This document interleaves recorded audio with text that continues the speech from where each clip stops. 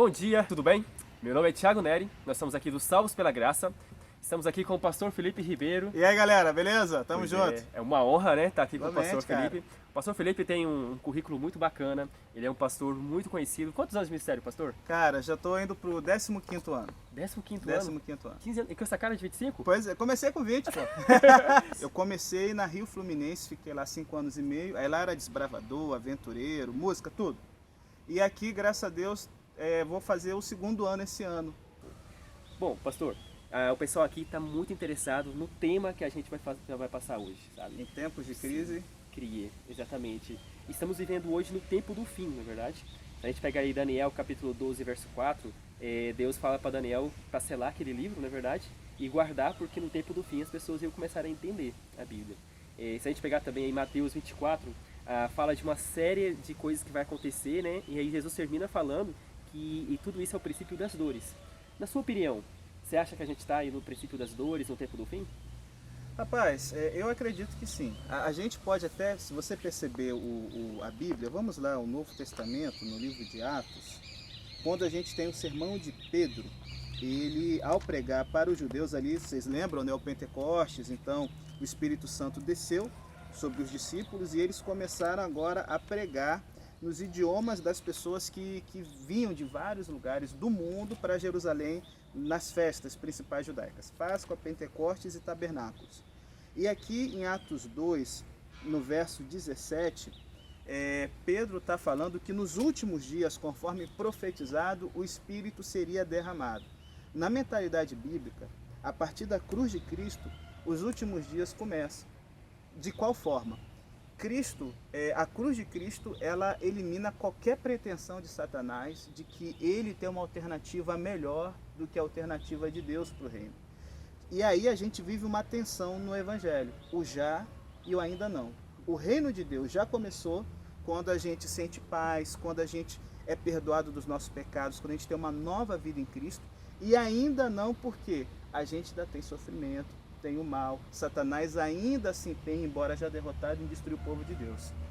Como adventistas, a gente entende que a partir do final dos 2.300 dias de Daniel, a gente já vive então nos finais dos tempos. Tipo assim, prorrogação do jogo. Então o que a gente tem a esperar desse mundo? Mateus 24 já nos alerta. Guerras, pestes, terremotos, mas ele ainda fala, essas coisas vão se intensificar, ainda não é o fim. Falsos profetas vão surgir, o amor vai se esfriar. Tessalonicenses, Paulo vai dizer que nos últimos tempos os homens vão ouvir espíritos de demônios. A gente vê hoje a ascensão do espiritualismo, do espiritismo moderno, as pessoas aí, se você chegar e falar, pô velho, eu acredito em gnomo, duende, fada, o espírito do Fritz e tal, todo mundo, pô, você é top, hein? Cabeça aberta, fala que é crente. Você é louco, bicho, bizarro. Então. E fora, o declínio moral seria tão grande que Jesus fala que, pô, o amor se esfriaria de quase todos. Se a gente olhar o calendário profético e a situação moral do nosso mundo, eu vou dizer uma coisa para você. O Covid, ele pode ser o início de tudo, dependendo de como nós vamos reagir. A gente teve Segunda Guerra Mundial, Primeira Guerra Mundial, Guerra Fria, gripe espanhola. Por que esses sinais do fim não foram o fim propriamente dito? Porque a gente sabe que pela profecia existe uma coisa principal para ser o catalisador do relógio profético. Aqui em Atos 2, Pedro fala no verso 17, nos últimos dias eu derramarei meu espírito sobre todas as pessoas. Os filhos e as filhas de vocês anunciarão a minha mensagem, os moços terão visões e os velhos sonharão. Assim como Deus começou a igreja com o derramado Espírito Santo que preparou eles para levar o evangelho ao mundo inteiro, nos últimos dias, na segunda parte deles, o que catalisa tudo é a disposição de nós, cristãos, de você que é adventista do sétimo dia, de ser preenchido, ser pleno do Espírito Santo, para a gente poder fazer a coisa que realmente marca. E será levado o Evangelho a todas as nações e então virá o fim. Eu acredito que a gente perdeu oportunidades com as guerras, com a gripe espanhola e outras coisas, porque a gente muitas vezes foca na crise e se desespera com a crise. E eu sei que tem gente que está vendo aí que pode ter ficado mais frio espiritualmente nesse período, entendeu? Ou conhece pessoas assim, e a gente acaba perdendo uma oportunidade de ser utilizado por Deus, né? Então, assim, eu acredito que já estamos sim. Sim, sim. Vamos ver. Hoje, as crises que nós estamos passando, né? Temos aí a pandemia, né? Que você até mencionou. Crise nós econômica. Temos aí a crise econômica, que já estávamos tendo antes, na verdade, a gente já estava caminhando já, e essa pandemia, ao meu ver, parece que agora está ampliando, né? Justamente por causa da quarentena, e tem uma polarização muito grande, alguns a favor da quarentena, outros contra a quarentena, outros com mais medo da crise econômica, né, da recessão, do que da pandemia em si. Eu acredito que a gente tem que ter medo dos dois, na verdade, a gente tem que, não ter medo, na verdade, mas a gente tem que estar preparado para os dois. Temos também aí uma crise moral, né, muito grande, uma crise ética muito grande também. Hoje em dia, eu vi até na sua página do Facebook uma postagem que o senhor colocou lá, né, da corrupção. Da corrupção. Recomendo que vocês vejam aí, inclusive a página do pastor aqui, muito boa. E tipo assim, a gente está passando por uma crise muito grande mesmo. Desde os governantes lá no Planalto, né, no nosso caso aqui no Brasil, até as coisas mais pequenas. Isso não acontece só no Brasil, isso acontece no mundo afora também. Essa polarização entre direita e esquerda. Eu tive uma experiência assim que me chocou bastante, porque eu estava no Campuri, foi maravilhoso, foi uma experiência muito bacana, Sim. mas teve um político lá que discursou, incluso, e a gente viu manifestação dentro da nossa igreja, incluso, alguns contra, alguns a favor, alguns gritando mito, outros gritando Lula livre. Qual que é a sua opinião sobre isso? Cara, vamos lá para Apocalipse 13. Galera, talvez você que não seja adventista possa até falar assim: cara, que viagem, eu nunca ouvi o que o pastor está falando agora. Caso fique alguma dúvida, a gente tem o Tiagão, tem o Gabriel, que é um outro brother nosso, o pastor Gabriel, que está dando os estudos. Se você quiser saber mais coisas, faz contato com a gente, que a gente vai ter todo o prazer de oferecer um estudo bíblico legal para te abrir a mente. Apocalipse 13, eu acho que seria a chave para a gente entender um pouco, e aí você vai entender por que pode. A minha opinião de que porque pode ou não, dependendo da nossa situação.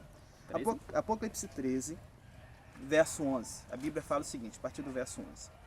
E então vi outro monstro que subia da terra. Ele tinha 2 chifres parecidos com os de um carneiro, mas falava como um dragão. Usava toda a autoridade do primeiro monstro na sua presença. Forçava a terra e a todos os que moram nela a adorarem o primeiro monstro, aquele cuja ferida mortal havia sido curada. Esse segundo monstro fez coisas espantosas. Fez com que caísse fogo do céu sobre a terra na presença de todas as pessoas. E enganou todos os povos da terra por meio das coisas que lhe foi permitido fazer na presença do primeiro monstro. O segundo monstro disse a todos os povos do mundo que fizesse uma imagem em honra ao outro monstro, o primeiro, que havia sido ferido pela espada e não havia morrido. O segundo monstro recebeu o poder de soprar vida na imagem do primeiro, para que ela pudesse falar e matar todos os que não a adorassem. Ele obrigou todas as pessoas importantes e humildes, ricas e pobres, escravas e livres, a terem um sinal na mão direita ou na testa. Ninguém podia comprar ou vender, a não ser que tivesse sinal, isto é, o nome do monstro ou o número do nome dele.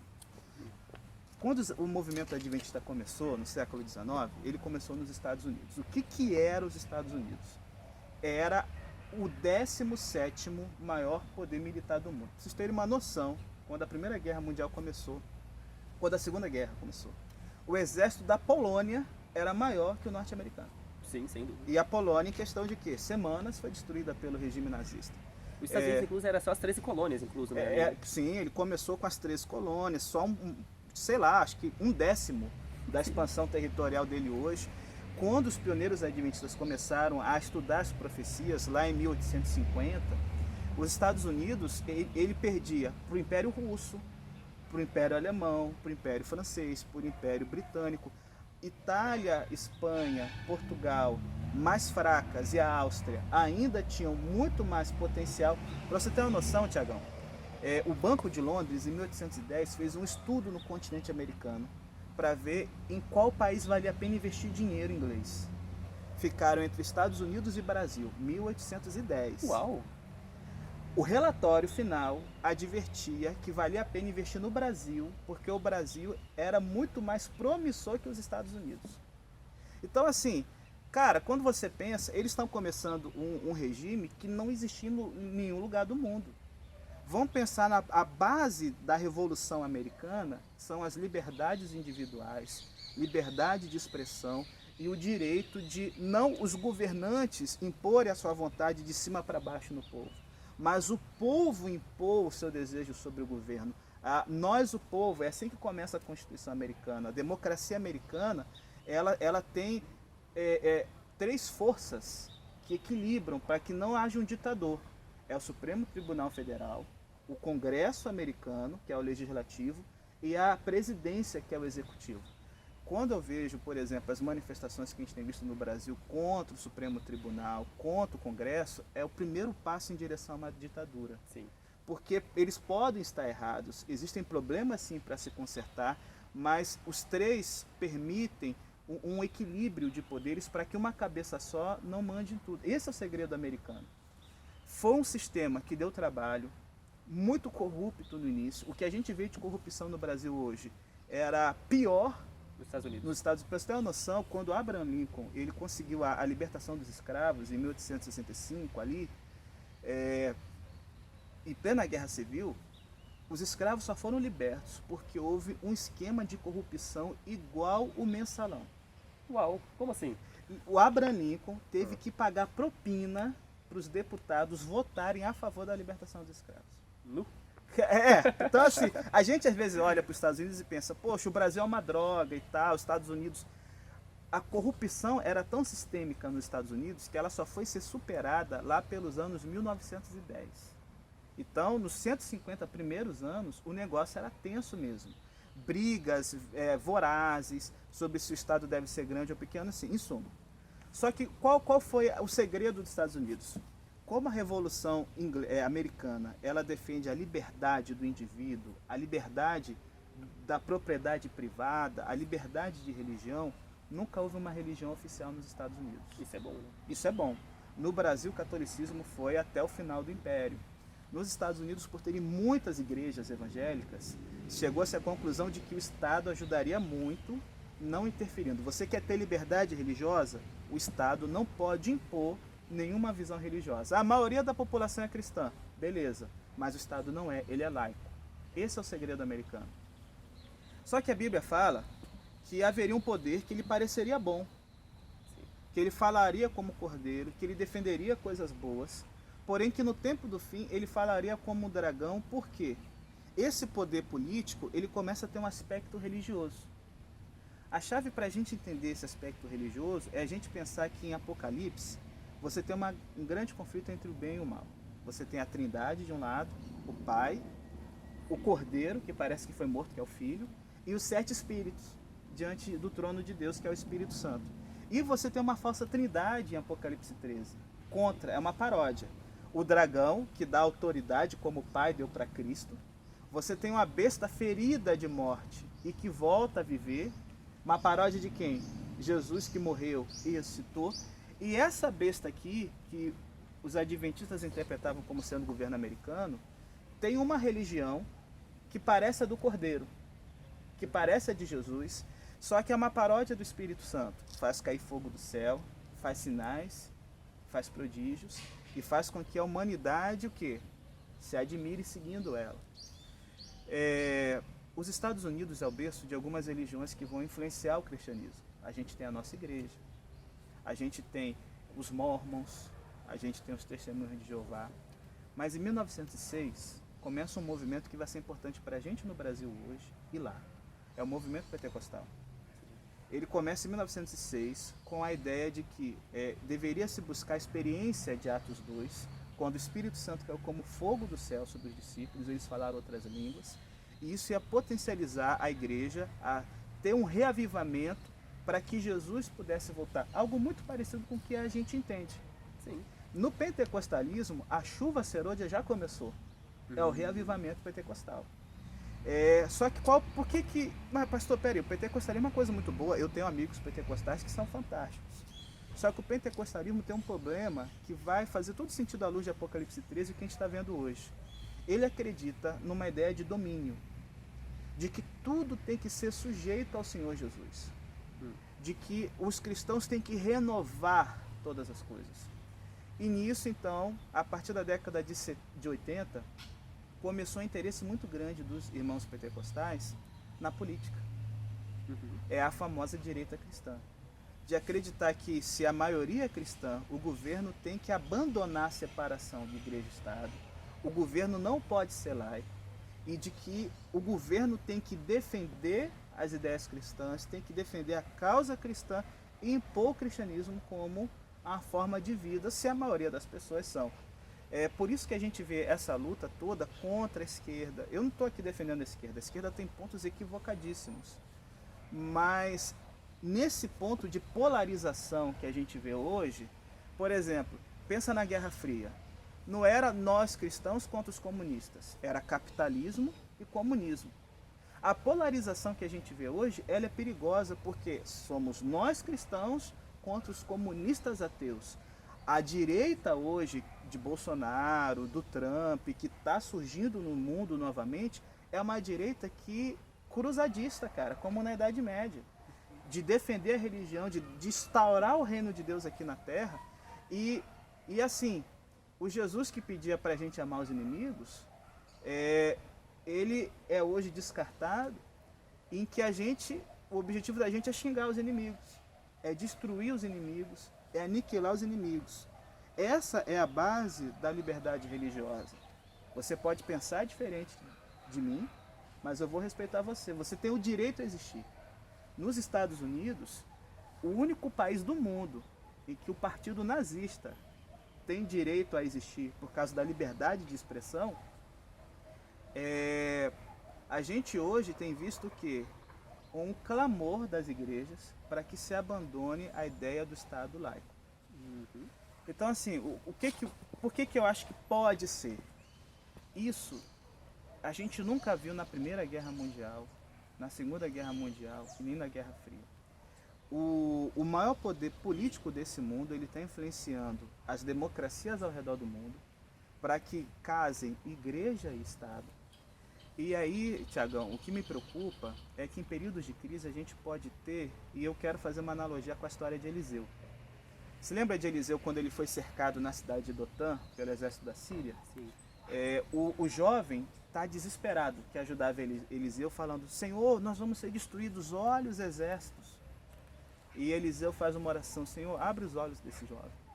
E aí ele vê que maior do que o exército do rei da Síria era o exército de anjos em volta deles. E carros de fogo. Né? E carros de fogo. Ao mesmo tempo, Eliseu pede que Deus cegue os olhos dos soldados. Sabe, quando a gente anda com Deus, enquanto todo mundo vê a crise, a gente tem os nossos olhos abertos para ver além da crise, para ver uma realidade espiritual. Então hoje as pessoas estão com os olhos o quê? No Bolsonaro, que estão querendo derrubar o cara, ou que o Bolsonaro está passando dos limites. Isso tudo é importante quando a gente pensa no Estado democrático de direito, que é um compromisso que nós adventistas temos? Claro que é. Só que mais importante que isso é o quê?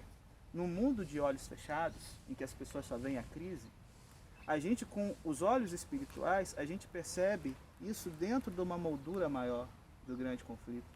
E a gente pode pegar isso como um momento de criar o quê? Um coração novo. Um despertamento. A profecia está andando. E a gente vai escolher o quê? Ficar lutando, Lula livre, o mito, ou pensar: caramba, o mundo já está começando a querer abandonar a democracia para juntar igreja e Estado novamente. E quando a igreja e o Estado se juntam, a perseguição vem sobre quem pensa diferente. Isso aconteceu já. Aconteceu. E pode acontecer de novo. Qual vai ser a decisão que a gente vai tomar? Então, assim, eu acho que esse é o momento, galera, da gente buscar o Espírito Santo. Se lembra dos apóstolos lá? O Estado se juntou para matar o cristianismo. Sim. Se reuniram. O medo veio, mas em vez de tentar começar uma guerrilha, um movimento político, eles começaram a orar pedindo o Espírito Santo. O Espírito Santo veio. e agora já não havia medo do Estado, já não havia medo das dificuldades, já não havia medo da crise econômica que eles estavam passando, mas o coração foi tomado da vontade de compartilhar que nesse mundo de crise há um Deus que reina soberano, que manda o Espírito Santo sobre aqueles que o seguem e que está começando todas as coisas. O já a gente pode viver e o ainda não, para a gente, está mais perto do que para os apóstolos lá no Pentecostes. Exatamente. E, nossa, que mensagem, viu? Legal, que bom, cara. Mas, tipo assim, uma coisa que eu tava lembrando aqui agora foi de um artigo que eu li, né, do NASP, há um tempo atrás, já tem um bom tempo. Eu não tô lembrando a fonte agora, mas eu vou botar a fonte aqui na descrição, tá? Depois, quando a gente for publicar. Que fala sobre o Reino do Sul e o Reino do Norte, lá em Daniel, né? Fala que, primeiramente, ia chegar o Reino do Sul, se eu não me engano. E esse Reino do Sul, ele ia ser um reino amoral, um reino que prega coisas que vão contra a Bíblia, um reino que seria muito sem ética, né? Muito corrupto, sem ética e tal, sobre o mundo. E que depois ia haver o Reino do Norte. Esse Reino do Norte fala na profecia, né? Se eu não me engano, me corrija se eu estiver errado, porque faz muito tempo que eu vi sobre isso. Mas esse Reino do Norte, ele ia chegar e ia derrubar o Reino do Sul e ele ia pregar Deus. Ele ia pregar a família, os valores morais, isso e aquilo, mas que tudo isso ia ser só uma máscara, que de repente o Reino do Norte ia se mostrar ineficiente, ele ia se mostrar corrupto também, né? E aí fala que esse reino somente seria substituído por Jesus Cristo. Se eu não me engano, eu acho que é isso mesmo, né? E aí você falando tudo isso aí, eu lembrei dessa profecia. Tem alguma correlação? Talvez, porque o artigo diz assim, que provavelmente, né, pode ser, igual o senhor mesmo fala, pode ser que o Reino do Sul possa ser os partidos de esquerda que se levantaram e tal, tal e tal. E o Norte, a direita que religiosa. Se levanta agora isso. O Adventismo, ele difere de toda interpretação profética que você tenha no catolicismo ou no protestantismo por causa do foco aonde está o problema. Então vamos pensar, as escolas de interpretação profética que a gente tem, são três as principais. O preterismo, ele acredita que toda a profecia aconteceu no passado, no tempo de Daniel e João. Então, são romanos, são gregos, é Antíoco Epifânio, então tudo é passado. Nada se refere com a gente hoje. Existe uma outra escola que é adotada pela maioria dos evangélicos, que é o dispensacionalismo. Como seria isso? Ele acredita que as profecias são literais e que o foco do grande conflito vai ser Israel contra a comunidade europeia e os árabes. Então, por isso que os evangélicos têm muito essa coisa de o governo tem que amar Israel, tem que promover Israel. Eles acreditam que a igreja vai ser arrebatada antes da tribulação que advém nesse mundo e que então um governante ateu vai assumir a comunidade europeia e ele vai fazer, nos primeiros 3 anos e meio, uma aliança com os judeus e nos últimos 3 anos e meio ele vai tentar destruir os judeus para ser adorado como se fosse Deus, em aliança com os russos, com os árabes. Então, assim, tudo que acontece no Oriente Médio, a galera evangélica pentecostal, principalmente, ela fica muito atenta. O maior apoiador político do Estado de Israel hoje é a direita pentecostal, nos Estados Unidos e no Brasil, por causa dessa visão de mundo. Nós adventistas temos uma diferença. A gente acredita que o acirramento do grande conflito é entre o povo de Deus e entre poderes cristãos que se apostataram da sua mensagem. O catolicismo romano, porque ele tira o foco da salvação em Cristo e coloca no ser humano. O protestantismo apostatado, que abandona a centralidade da justificação pela fé, da pregação do evangelho, para ter um poder político e instaurar o reino de Deus à força aqui nessa terra. E o espiritismo, que é a ideia de uma união espiritualista e que todos os caminhos levam a Deus.